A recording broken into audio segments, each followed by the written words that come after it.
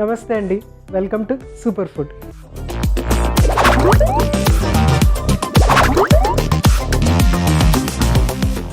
Fennel seeds అంటే soan seeds గురించి మనము బోల్డెన్ విషయాలు తెలుసుకుంటున్నాము. అలాగే చక్కటి సింపుల్గా అయిపోయేటువంటి రెసిపీస్ కూడా మనం నేర్చుకుంటా ఉన్నాము. సోంపు ఉపయోగించడం వల్ల ఏంటంటే ఆ రెసిపీకి ఒక స్వీట్నెస్ అనేది క్రియేట్ అవుతుంది, ఒక ఫ్లేవరు చాలా చక్కగా ఎన్హాన్స్ అయిపోతుంది అనమాట. ఆ స్వీట్నెస్ ఎలాంటిది అంటే అపెటైజింగ్గా ఉంటుందంటే అంటే మళ్ళీ తీసుకుంటే ఇంకా కావాలని అనిపిస్తూ ఉంటుంది అనమాట. సో అలాంటి ఒక చక్కటి రెసిపీ ఇప్పుడు మీకు చేసి చూపించబోతున్నాను. సో మన మెరుగైన ఆరోగ్యం కోసం ఈరోజు నేను చేసి చూపించబోయే సూపర్ రెసిపీ ఏంటంటే తండై.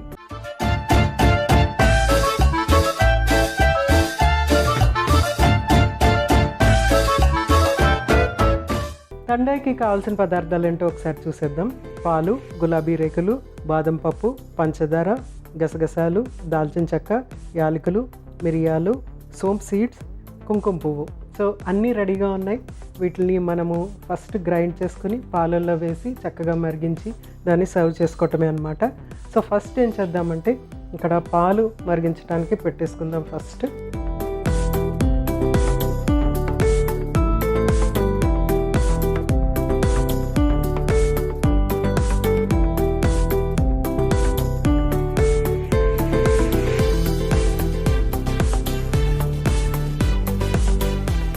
సో పాలు చక్కగా మరుగుతూ ఉన్నాయి కదా, ఈ లోపల మనము తండైకి కావాల్సినటువంటి అన్ని ఇంగ్రీడియంట్స్ 1 by 1 ఇందులో వేసుకొని చక్కగా పౌడర్ కింద చేసుకుందాం. ఫస్ట్ మనకి బాదం గింజలు, తర్వాత జస్ట్ ఒక 10 మిరియాలు, తర్వాత గసగసాలు 1 స్పూన్, యాలకులు 2, ముఖ్యమైనది సోంపు. ఇది మనము ఆల్మోస్ట్ ఒక 2 స్పూన్లు యాడ్ చేస్తున్నాము.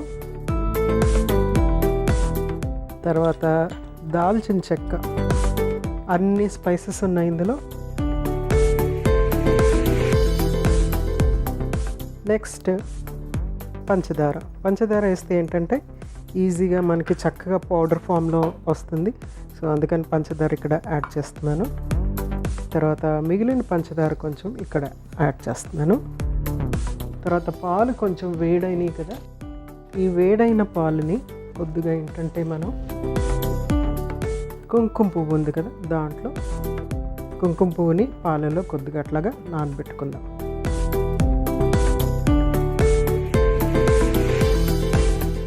సో నెక్స్ట్ అన్ని ఇంగ్రీడియంట్స్ ఇందులో వేసేసాను, అన్ని మసాలా దినుసులు, బాదం పప్పు, దాల్చిన చెక్క, మిరియాలు, సోంపు, యాలకులు, గసగసాలు, పంచదార.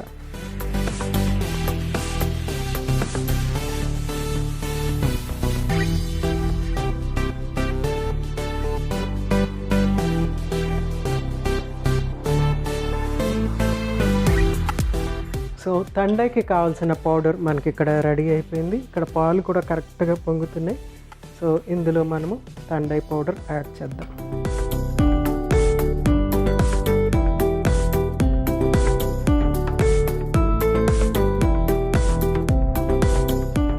సో మనము యాడ్ చేసినటువంటి ఈ మసాలా అంతా కూడా ఇందులో కొంత కుక్ అయిన తర్వాత అప్పుడు మనం దీన్ని సర్వ్ చేసుకోవచ్చు అనమాట. సర్వ్ చేసుకోవటం ఏంటంటే దీన్ని ఒక కంటైనర్లో తీసుకుని, యూజువల్గా ఏంటంటే మట్టి పాత్రలో తీసుకుని దాన్ని చక్కగా ఫ్రిడ్జ్లో పెడితే కనుక చాలా చక్కగా ఉంటుంది. తండై అంటే చల్లగా ఉంటుంది అన్నమాట. చల్లగా చేసుకుని అప్పుడు తీసుకోవాలి. సో ఫస్ట్ దీన్ని కొంచెం ఇలా కుక్ అయిపోయిన తర్వాత అప్పుడు అందులో తీసుకోవచ్చు. మనము ఈలోగా ఇందులో మనం ఆల్రెడీ కుంకుమ పువ్వులో కొంచెము మిల్క్ యాడ్ చేసి పెట్టాం కదా, అది కూడా ఇందులో యాడ్ చేసేస్తాను.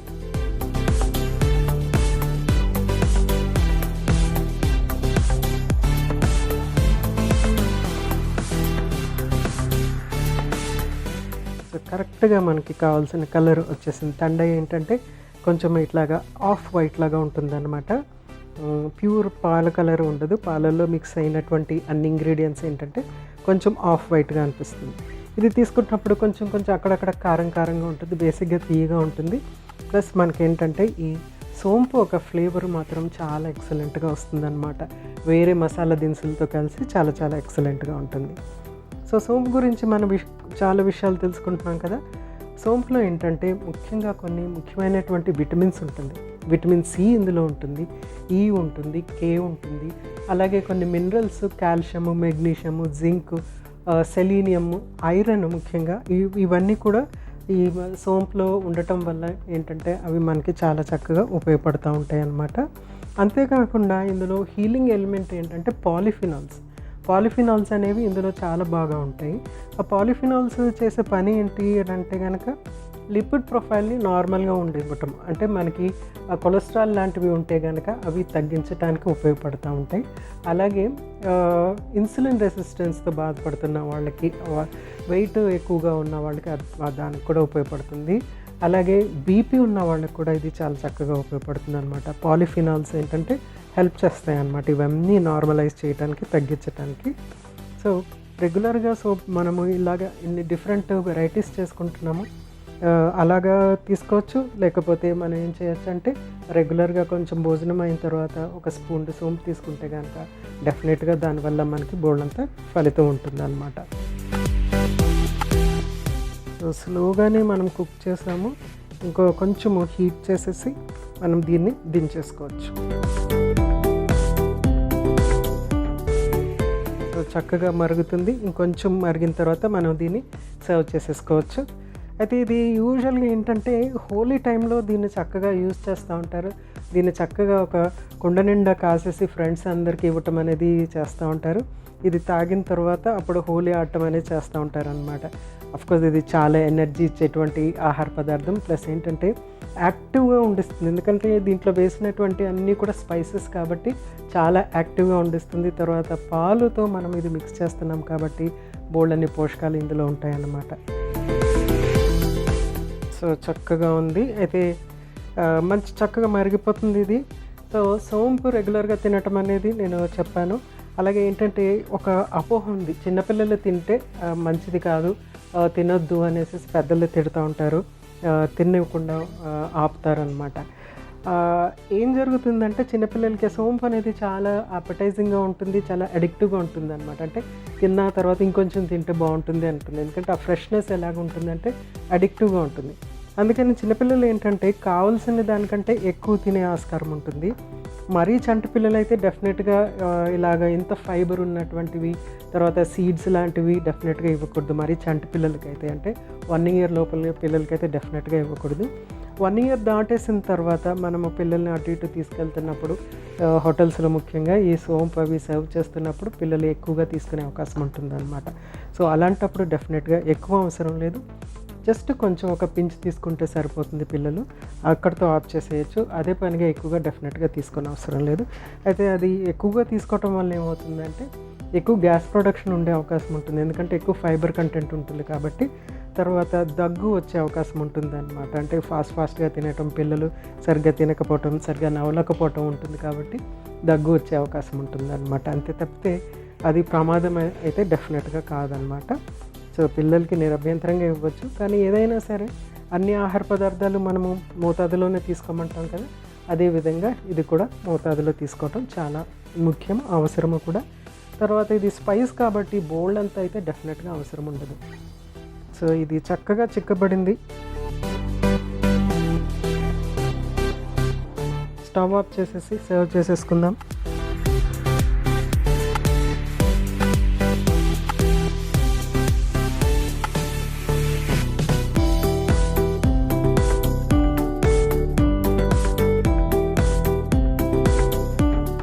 దీనిపైన చక్కగా గులాబీ రేకులతో మనము గార్నిష్ చేసుకుందాము. తండై రెడీ అయిపోయింది. సోంపు యొక్క ప్రయోజనాలు మరొకసారి మీకోసం.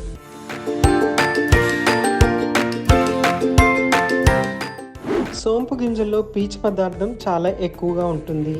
దీనివల్ల రక్తంలో కొవ్వు శాతం ఆరోగ్యవంతమైన స్థాయిల్లో ఉంటుంది. రక్తంలో చెడు కొవ్వుని తగ్గించి మంచు కొవ్వుని పెంచుతాయి సోంపు గింజలు. క్యాన్సర్ బారిన పడకుండా కాపాడే సామర్థ్యం సోంపు గింజలకు ఉంది. వీటిల్లో కణితులు ఏర్పడకుండా మరియు పెరగకుండా చేసే ఫ్లేవనాయిడ్స్, ఫీనాల్స్ అనే పదార్థాలు ఉన్నాయి. సోంపు గింజలను ప్రతిరోజు తినడం వల్ల బ్రెస్ట్ క్యాన్సర్ మరియు కాలేయ క్యాన్సర్ వచ్చే అవకాశాలు తక్కువగా ఉంటాయి. సోంపు గింజల్లో విటమిన్ సి ఉంది. ఇది రోగనిరోధక వ్యవస్థను శక్తివంతం చేస్తుంది, చర్మ కణజాలాలకు మరమ్మతులు చేస్తుంది మరియు ప్రమాదకరమైన పదార్థాల నుండి రక్తనాళాలకు సంరక్షణ కలిగిస్తుంది.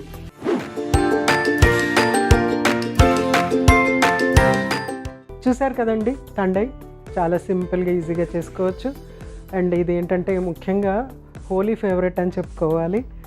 దీని గురించి ఎదురు చూసే పిల్లలు ఉంటారు, ఎందుకంటే చాలా టేస్టీగా ఉంటుంది, బోల్డంత ఎనర్జీ ఇస్తుంది, చక్కగా ఉంటుంది. సో తప్పనిసరిగా మీరు ఇది ట్రై చేయవలసినటువంటి రెసిపీ. చాలా ఇంట్రెస్టింగ్గా ఉంటుంది, మంచి పోషకాలు కూడా అందులో ఉన్నాయి కాబట్టి తప్పనిసరిగా ట్రై చేసేయండి. రేపు ఇంకొక సూపర్ రెసిపీతో మీ ముందుంటాను. అంతవరకు మీ జానకి. నమస్తే.